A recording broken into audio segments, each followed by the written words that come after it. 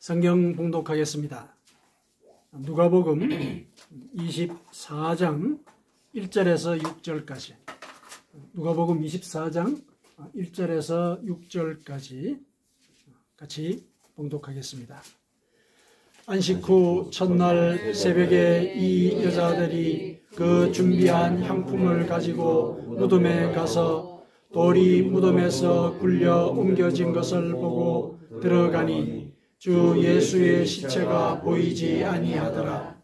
이로 인하여 근심할 때에 문득 찬란한 옷을 입은 두 사람이 곁에 섰는지라. 여자들이 두려워 얼굴을 땅에 대니 두 사람이 이르되 어찌하여 살아있는 자를 죽은 자 가운데서 찾느냐. 여기 계시지 않고 살아나셨느니라. 갈릴리에 계실 때 너희에게 어떻게 말씀하셨는지를 기억하라. 아멘. 예수님께서 죽음에서 부활하셨습니다. 오늘은 그 부활을 기리는 그런 주일입니다. 그분의 부활이 우리 성도님들 여러분들의 부활이 되기를 축원합니다. 죽었던 사람이 살아난다. 이거는 이 세상에서는 초월적인 일이죠. 인간의 그 원리를 거스르는 그런 일이 벌어진 것입니다. 그런데 그 사건을 통해서 우리에게 영생이 주어졌다. 영생이 주어졌다는 그 사실 자체도 초월적인 일이죠. 우리는 죽게 되는데 그 부활을 통해서 영생, 영원히 사는 그런 은혜가 주어졌다. 이것도 초월적인 일입니다. 애초에 사실은 그 죄인의 신분이었던 자를 위해서 하나님이 그들을 대신해서 돌아가시겠다고 결단을 하신 것, 이 자체가 벌써 초월적인 일이었습니다. 그리고 인간이 되신 뒤에 또 이렇게 십자가에서 돌아가시고 거기서 부활하심으로 해가지고 이 부활이라고 하는 것이 인간에게 약속이 된 그런 것을 먼저 보여주는 것이다. 그 약속이라는 게 영생이죠. 죄를 회개하면 십자가 순환의 그 의의를 믿고 죄를 회개하면은 너희에게 영생이 주어질 것이다. 이것을 확증하는, 확인시켜주는 이제 그런 일이란 말이죠. 그래서 실은 우리 인간 세상에서는 죽음으로 이 사실을 확정한다는 것 자체가 초월적인 그런 일입니다. 인간 세상의 원리와는 맞지 않는 일이죠. 그런 일들이 이제 이 부활을 통해서 이제 벌어진 것이라고 볼 수가 있습니다. 그러니까 인간 세상의 원리하고 맞지 않는 일이 벌어졌다는 얘기는 그 부활이 하나님께서 주도하신 일이다. 그걸 우리가 읽어낼 수가 있죠. 이 모든 일들 하나님께서 주관하셨다. 부활하시고 부활을 통해서 죄가 용서되었다는 사실을 확인시키시고 그리고 영생에 대한 약속도 주신 것. 이거 사람이 할 수 있는 일이 아니거든요. 하나님께서 하신 일이다. 이것을 우리가 이 부활 사건을 통해서 읽어낼 수가 있습니다. 이렇게 부활의 의미를 우리가 생각을 하긴 하는데 근데 사실 조금 안타까운 게 뭐냐면은 그 부활의 의미라든지 또 그 부활의 사실 이걸 우리가 실감을 하지 못하고 있어요. 지금 사실. 실감을 못한 게 사실이죠. 현재 이제 그게 우리의 그 영적인 상태인데 오늘은 이 본문 말씀을 통해서 우리의 영적인 상태, 왜 부활을 실감하지 못할까? 이것에 대해서 우리가 같이 좀 살펴봤으면 좋겠습니다. 그래서 부활을 실감할 수 있는 그 길이 무엇일까? 이것을 같이 한번 살펴보고 찾아가 보도록 그렇게 하십시다. 이렇게 그 길이 있다라고 전제를 하는 이유는 하나님이 영원하시기 때문에 그러시죠. 그분이 하신 일들은 영원 불변하시고 그분의 약속도 영원 불변합니다. 그 부활의 사건을 물론 2000년 전에 저 먼 이스라엘 땅에서 일으키시긴 하셨지만은 하나님이 하신 일이란 말이죠. 그러면 그 사건이 사실적이라는 것도 영원하고 그리고 그것이 가지고 있는 약속도 영원한 겁니다. 이것이 하나님의 속성이기 때문에 그 속성을 우리가 믿는다라면은 이 부활을 실감할 길도 사실은 우리에게 주셨다. 하나님께서. 이렇게 우리가 전제를 할 필요가 있는 거죠. 그래서 부활을 실감할 길을 우리가 한번 같이 모색을 해보자. 이렇게 전제를 드렸습니다. 자, 오늘 본문으로 들어가겠습니다. 본문에 보니까 안식 후 첫날, 이날이 이제 예수님께서 부활하신 그 시점이죠. 안식 후 첫날. 근데 안식 후 첫날이라는 이 말이 굉장히 모순적이죠. 안식이라는 말이 우리 인간뿐만 아니라 만물에게도 평안을 주는 이제 그런 의미가 있지 않습니까? 근데 실은 이 안식이 예수님을 따르는 자에게는 죽음의 순간이었죠. 그렇죠? 이 안식일 날은 아무도 움직일 수가 없기 때문에 제자들은 아마 숨을 죽이고 있었을 겁니다. 왜냐하면 안식일 전날에 예수님께서 처형당하셨거든요. 안식일 전날에 처형을 당하셨어요. 처형당했으니까 그를 따르던 자들로서 제자들은 두려움에 떨겠죠. 이 안식이 말로 그냥 안식일이지 실제로는 죽음과 같은 시간을 제자들은 보냈을 겁니다. 그런 상황을 우리가 전제를 해볼 수가 있겠죠. 물론 예수님을 제거하고자 하는 그 세력들에게는 자기들을 위협하는 세력이 없어졌으니까 자기들은 안식일이겠죠. 자기들에게는 안식일일 거예요. 예수님을 따르는 자들에게는 죽음과 같은 불안이 있는 그런 시기였습니다. 근데 그날이 지난 첫날이에요. 이날 예수님께서 부활하셨거든요. 그 첫날은 이 상황이 뒤집어지는 순간이죠. 예수님을 제거하려고 했고 제거했던, 또 제거했다고 믿었던 그 사람에게는 이제 불안의 시간이 있다고 하는 것이죠. 불안의 시간이 있다고 하고, 예수님의 제자들에게는 환희의 시간이 오는 겁니다.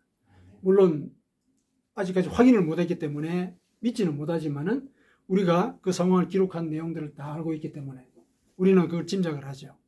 안식 후 첫날 제자들에게는 환희가 있을 것이다.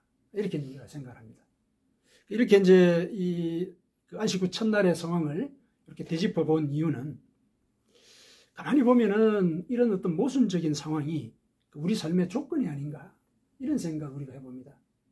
우리가 뭔가 이렇게 살아가다가 보면은 오로지 옳은 것 이게 사실은 없거든요. 우리 세상 삶 속에 항상 그 이면에 그림자가 있더란 말이죠.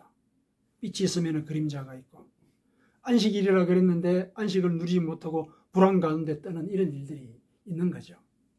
그렇게 이 모순되는 상황이 늘 공존하는가, 이게 인간의 삶의 조건이었거든요. 이제 그러니까 우리가 실은 그 고뇌를 거기서 우리가 느끼는 거 아닙니까? 뭔가 오로지 한 가지가 옳다면 그것만 따라가면 되는데 그러지가 않은 것이죠. 우리 삶의 고뇌라고 하는 것이 이런 모순적인 상황에서 초래가 되는 겁니다. 그런 일들을 사실 한번 생각해 볼 그런 시점이 아닌가. 왜냐하면 부활이라고 하는 것이 그런 인간의 본질적인 조건을 돌파하는 그런 순간이거든요. 하나님께서 예를 들어서 죽음을 이기고 부활하셨다.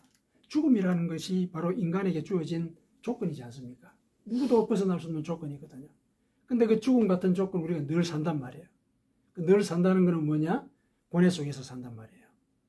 해결이 안 되는 두 가지의 이런 그 양가적인 이런 차원들이 서로 이렇게 갈등을 일으키는 그 상황 속에서 불안에 떨면서 살거든요. 이 불안이라고 하는 것이 이 두 가지의 모순되는 상황이 있는 그것뿐만 아니라 한 치 앞을 우리가 또 내다보지 못하죠. 한 치 앞을 내다보지 못하지 않습니까? 그러니까 불안한 거거든요. 예를 들면 오늘 본문의 여자들도 그러한 겁니다.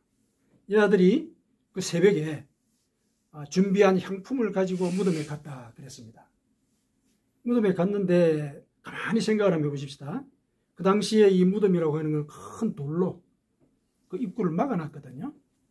막아놨는데 이 여인들이 향품을 가지고 갔다는 얘기는 무덤에 들어갈 거라고 생각하고 간 거예요. 그렇죠? 향품을 이제 시체에다가 이렇게 다시 처리를 하려고 향품을 가지고 갔거든요. 근데 분명히 그 무덤은 이렇게 닫혀 있단 말이죠. 근데 여인의 힘으로는 그걸 이렇게 옮길 수가 없어요. 엄청 무거운 이제 이 돌덩어리로 그 무덤을 문을 막아놨기 때문에 혹시 경비병들에게 요청을 해서 문을 열게 할 수도 있었겠다. 이렇게 생각을 해볼 수 있지만은 실상 거기에 대한 암시는 없고 또 사실상 왜 이런 그 향품을 준비해서 갔을까 이런 걸 가만히 고민을 해볼 때도 사실상 그 현장에 가서 아무런 대책이 없었을 것 같은 이런 결론을 우리가 낼 수밖에 없단 말이죠. 아무런 대책이 없이 간 거예요.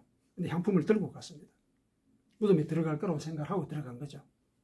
이거는 앞에 무슨 일이 있을지를 알지 못하는 인간의 모습, 다만 소망만 갖고 가는 거예요. 소망만 갖고 가는 것.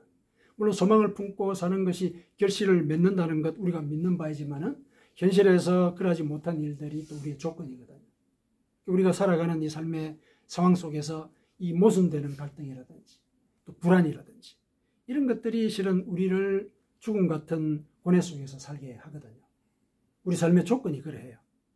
그런 조건을 실은 오늘 이 무덤 앞에서 우리가 확인을 합니다. 그런데 그 여인들이 갔더니 돌이 무덤에서 굴려진 것을 보았다. 나왔습니다. 이 상황을 보면은 그 무덤 앞에 닫혀있던 그 돌은 그 인간의 한계를 상징하는 그런 물건이죠. 그 너머는 사람이 어떻게 할 수가 없는 거예요. 그 너머는 죽음이 있고 또 게다가 그 죽음의 문을 열 수조차 없단 말이죠. 인간은. 그런데 이게 밀려져 나와 있는 거예요.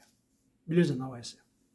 전혀 우리가 상상하지 못하던 일들이 벌어진 거죠. 이 여인들이 상상하지 못하는 일들이. 게다가 들어가 보니까 주 예수의 시체가 보이지 아니했다. 시체가 없는 거예요. 부활하신 것이죠. 그 무덤의 그 문은 바로 인간의 그 한계를 상징을 하는 거죠. 거기까지만. 근데 거기까지가 실은 죽음과 같은 삶의 고뇌가 늘 지배하는 그런 공간이었고 그 너머는 역설적이게도 그 속은 죽음인데 실은 그 문이 열리다 보니까 죽음이 없어진 거죠. 시체가 없어졌다. 예수님께서 부활하셨다는 거죠. 예수님께서 부활하신 그 상황은 무덤의 문이 열리는 것, 인간의 한계가 돌파되는 것, 이런 상황을 이 상황에서 우리가 읽어낼 수가 있습니다. 그래서 부활이라고 하는 것은 인간의 삶의 조건을 실은 돌파하는 그런 사건이다. 우리가 고뇌 속에서 산단 말이죠. 물론 이제 늘 이게 괴롭다 그러지 않지만은 원리를 따져보면은 우리는 고뇌 속에서 살도록 조건화되어 있는 그런 느낌을 갖죠. 왜냐하면 오로지 옳은 것들이 없으니까. 선과 악이 항상 공존하고 그 가운데 내가 늘 고민하면서 선택을 해 나가야 된단 말이죠. 근데 그 선택이 늘 옳으냐? 실수도 하고 또 내가 이 정욕과 탐심에 그 미화되는 그런 과정을 따라가면서 하나님으로부터 멀어지는 결정을 하기도 하고 또 후회하고 이게 늘 반복이 된단 말이죠. 근데 이런 원리들을 가만히 따져보면 이게 우리를 힘들게 만드는 조건이고 근본적인 원인이거든요. 근데 그 근본적인 원인이 이 무덤 앞에서 돌파가 되어버린다. 그 상황이 바로 부활이다. 부활은 우리 삶의 그 조건을 그렇게 돌파하는 그런 일이다. 그렇게 우리가 이 오늘 본문의 장면에서 그 사실을 우리가 읽어낼 수가 있습니다. 자, 들어갔습니다. 그랬더니 예수님의 시체가 보이지 않으니까 근심이 되겠죠. 왜냐하면 예수님의 시체를 찾으러 왔으니까. 인간은 그래야죠. 부활이라고는 전혀 상상을 못했던 거죠. 전혀 상상을 못했던 거예요. 그러니까 예수님의 시체가 없어지니까 얼마나 두렵겠어요. 인간에게 상식적이지 않은 일이 벌어졌을 때 우리는 불안해하죠. 불안해합니다. 인간의 이 인지상정이죠. 불안해합니다.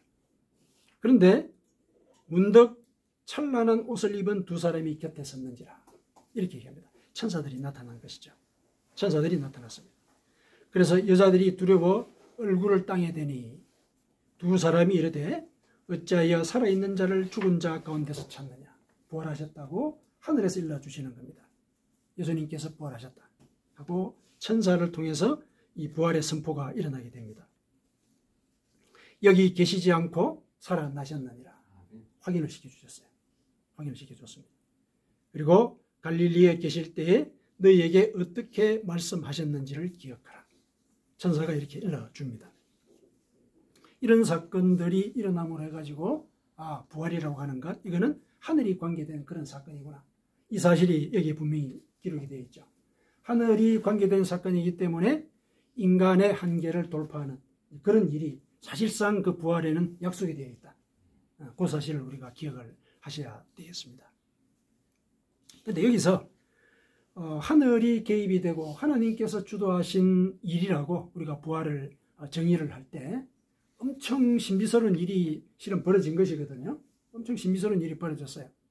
그런데 오늘 이 장면을 보니까 여인들이 두려워서 얼굴을 땅에 대고 천사들의 말을 듣기는 들었지만은 이 상황을 공포에 질려가지고, 예를 들어서 우리가 너무 무서운 일을 당해가지고 우리가 오금이 절해가지고 꼼짝을 못하는 그런 상황, 그런 상황과는 또 다른 두려움이거든요.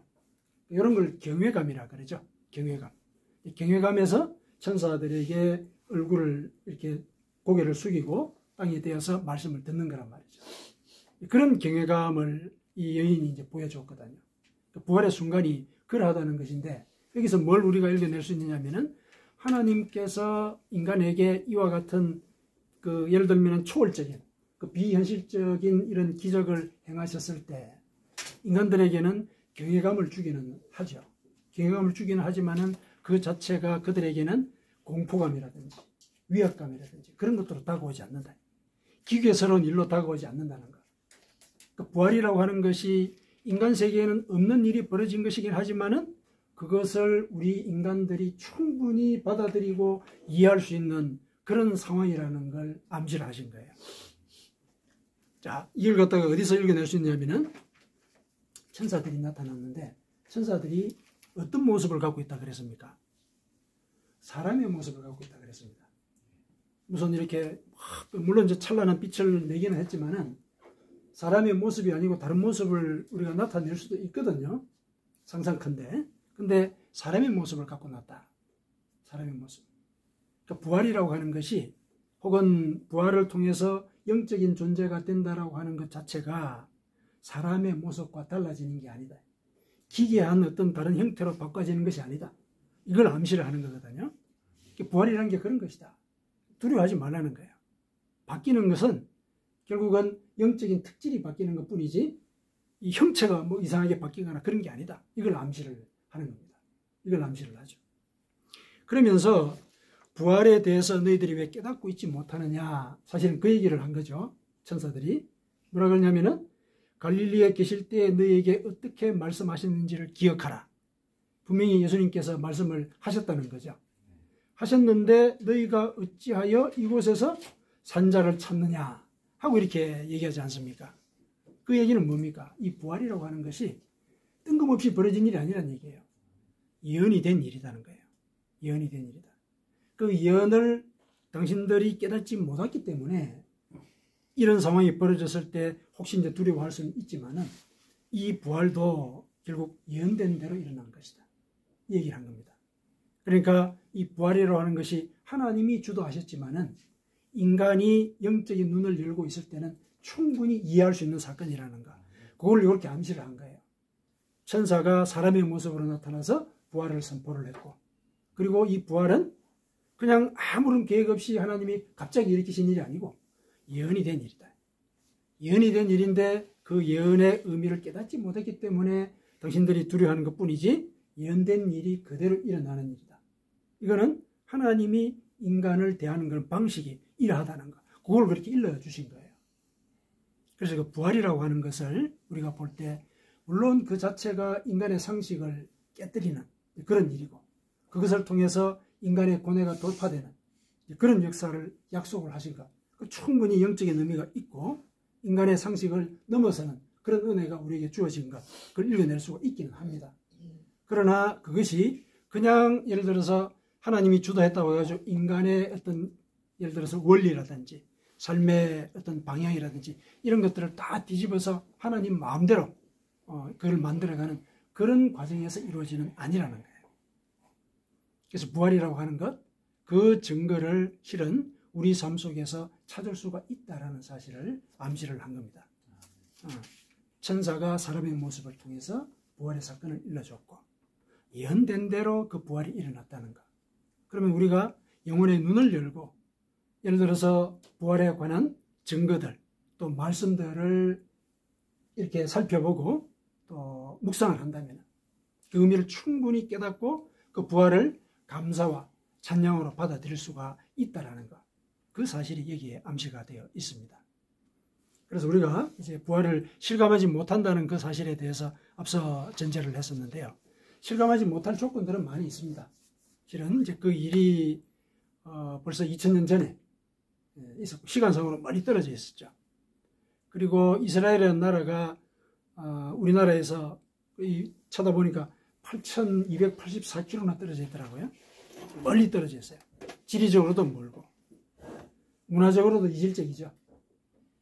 여러 가지 이렇게 상황들이 우리가 상식적으로 접하던 환경과는 달라요.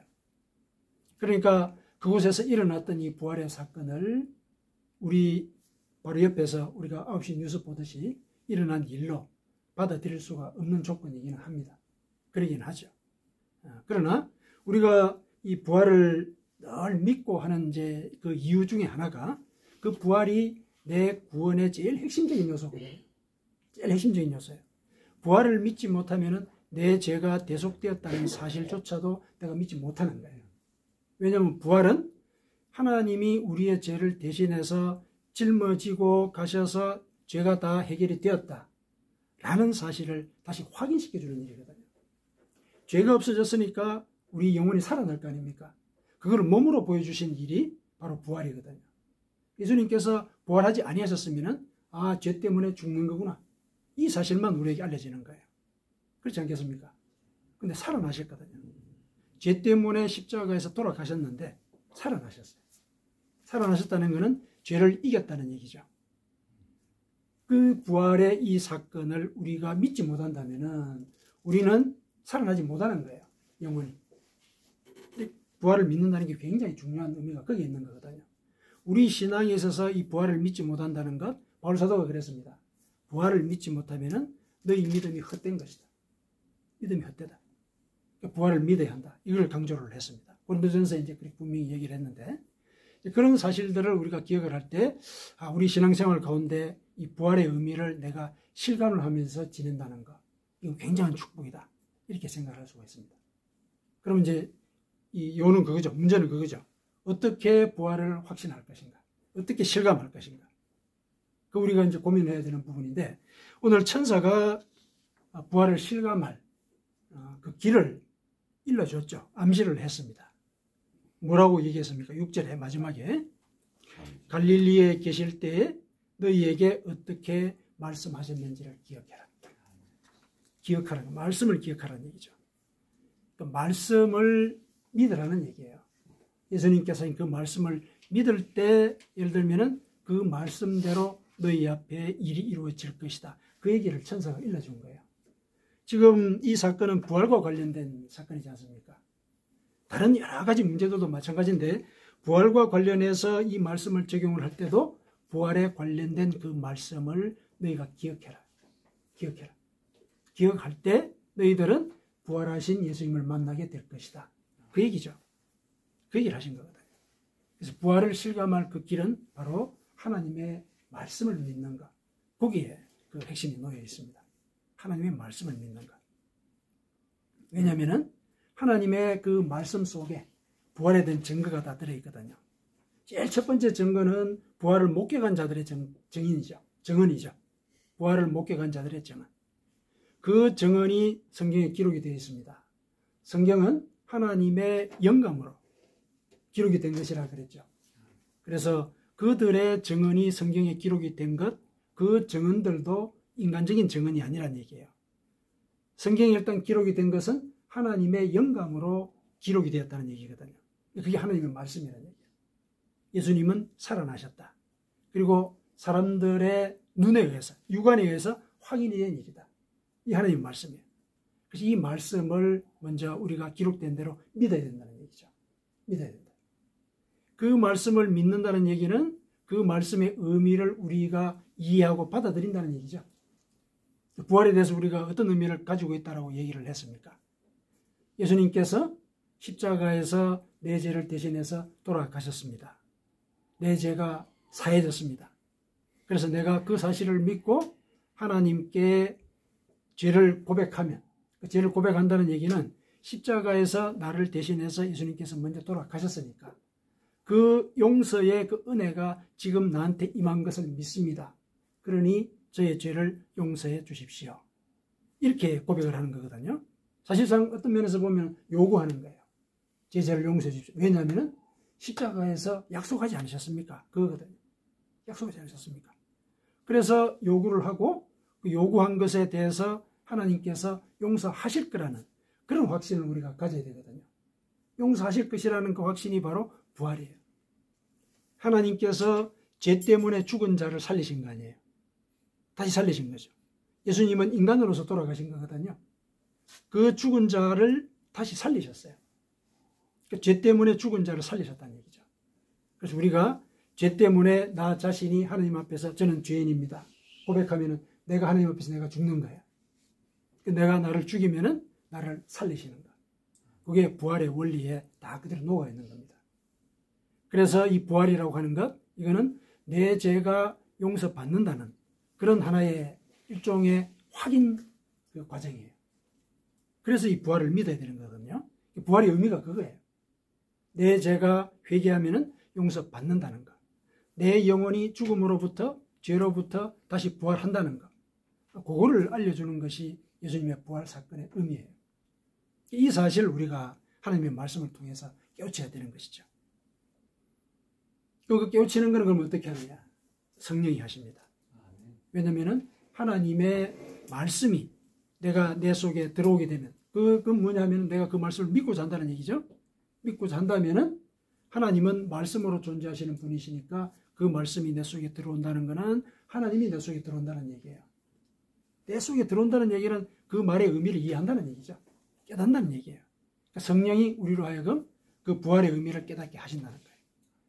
요는 내가 이 부활을 믿고 산다는 그런 마음이 중요한 거예요. 내 의지. 왜냐하면 예수님께서도 믿으라 그랬었어요. 믿으라.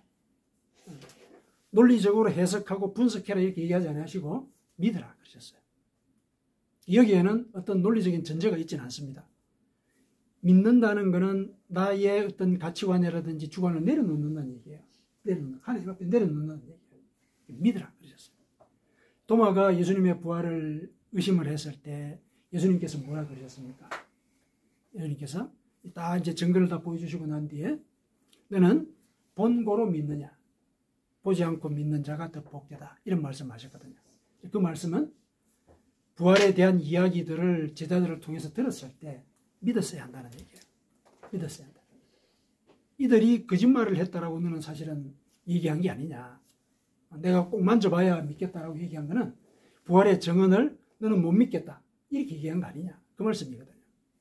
그 상황 속에서 우리가 읽어낼 거는 부활은 믿음의 대상이라는 얘기예요.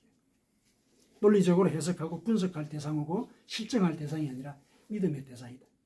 그래서 믿고자 한다면은 그 믿음의 의지에 하나님이 작용을 하신다는 거죠. 그래서 이 속에서 깨닫게 하세요. 깨닫게 하세요. 이게 사실은 그 믿음의 신비예요. 설명할 수 없는 신비입니다. 내가 믿어지는 겁니다. 그래서 내가 회개하면은 내 영혼이 다시 부활하겠구나. 그래서 내가 정욕과 탐심에 쏠려서 다니다가 혹은 그 정욕과 탐심의 어떤 유혹을 내가 합리화하고 또 그 길로 이렇게 가려고 하다가 내가 회개를 하게 되면은 하나님께서는 그 부활의 은혜를 통해서 약속하신 대로 나를 용서하시고 새로 거듭나게 하시겠구나. 이런 이제 확신을 갖게 되면은 내가 그 죄에서 노연하는 거예요. 노연하는 겁니다. 그래서 내가 그 죄에서 노연하게 되면은 나는 옛날과는 다른 모습으로 살 수 있겠죠. 그게 거듭난다는 거예요. 거듭난다. 거듭난다는 게 성경에 이제 그런 얘기 많이 하지 않습니까? 거듭난다. 새로 태어난다. 새로 태어난다는 것은 뭐냐면은 죄로부터 벗어난다. 용서받는다. 그거 똑같은 거예요. 그래서 과거의 죄의 습관으로부터 달라진 모습을 보이는 것. 그게 거듭나는 겁니다. 그래서 내가 거듭난다면은 나는 부활을 믿는 자예요. 부활을 믿는 자. 내가 하나님의 말씀을 내 삶 속에 지켜가지고 과거의 죄의 습관을 끊으려고 노력한다. 그럼 나는 부활한 자입니다. 부활한 자로서 살아가는 거예요. 그것이 우리 삶 속에서 확인할 수 있는 부활의 증거입니다. 내가 내 삶 속에서 부활의 증거를 확인할 수 있다면 그건 내가 부활을 실감하면서 사는 것이죠. 부활을 실감하면서 살 수 있는 길은 하나님의 말씀을 믿는 겁니다. 부활에 관한 말씀을 믿고 그 말씀이 내 속에서 믿어지기를 또 믿어지도록 성령께서 역사하시기를 기도하는 거예요. 하나님께서 직접 말씀을 하셨어요. 하나님께서 뭐라고 얘기를 하셨냐면은 이런 말씀을 하셨죠. 우리가 그 기도를 할 때 예레미야서를 통해서 이렇게 얘기하셨어요. 너희가 내게 부르짖으며 내게 와서 기도하면 내가 너희들의 기도를 들을 것이요. 하나님이 직접 말씀을 하셨어요. 기도하면은 너희들의 기도를 내가 들을 것이다. 약속하셨습니다. 너희가 온 마음으로 나를 구하면 나를 찾게 될 것이다. 그리고 나를 만나게 될 것이다. 예레미야 29장 12절에서 13절이에요. 그러니까 하나님께서 분명히 이렇게 말씀하셨거든요. 기도하면은 내가 그 기도를 들을 것이고 또 나를 찾으면은 나를 만나게 될 것이다. 분명히 약속을 하셨어요. 하나님께서 그렇게 약속을 하신 것이기 때문에 이 말씀은 영고불변의 진리입니다. 그럼 진리대로 우리가 믿고 또 이 부활에 관해서도 이런 기도를 할 수 있어야 된다는 얘기죠. 믿게 해 주십시오. 예를 들면 믿기지 않으면 믿게 해 주십시오. 하나님을 만나게 된다는 얘기는 하나님의 뜻을 깨닫게 된다는 얘기예요. 조금 돌려서 얘기를 하자면 하나님의 뜻을 깨닫게 된다는 얘기거든요. 이 일을 우리 속에서 성령께서 행하십니다. 그랬을 때 우리는 부활을 실감한 자로서 살아갈 수 있게 되는 것입니다. 사랑하는 성도 여러분, 예수님께서 부활하셨습니다. 이 사실을 성경을 통해서 하나님께서 우리에게 알려주셨습니다. 이 말씀을 믿을 때 우리가 부활을 실감할 수가 있습니다. 성령께서 그 의미를 깨우쳐 주시고 그로써 우리는 끝없는 자로서 살아갈 수 있게 됩니다. 우리가 그런 일반적인 고뇌, 아까 서두에 말씀을 드렸던 그 불안과 또 이런 어떤 양가적인 모순의 상황, 이게 우리 고뇌의 이 원인인데 이런 고뇌의 원인을 돌파하는 그런 삶을 우리가 살아갈 수 있게 되는 것이죠. 예수님께서 말씀하지 않았습니까? 내가 너희들에게 평안을 주겠다. 근데 그 평안은 세상의 것과 같지 않다. 초월적인 평안을 주겠다는 얘기죠. 이 인간의 고뇌와 이 모순되는 이런 상황들, 불안들, 이런 일들 앞에서도 평강을 누리는 그런 은혜를 내가 끼치겠다. 이런 말씀을 하신 거거든요. 말씀을 믿을 때 그런 일이 있을 것이다. 약속하신 겁니다. 부활도 마찬가지입니다. 성도 여러분, 하나님의 말씀을 믿고 실천할 때 하나님께서 그 믿음을 지켜주시고 우리를 부활한 자로서 살도록 인도하실 것입니다. 아멘.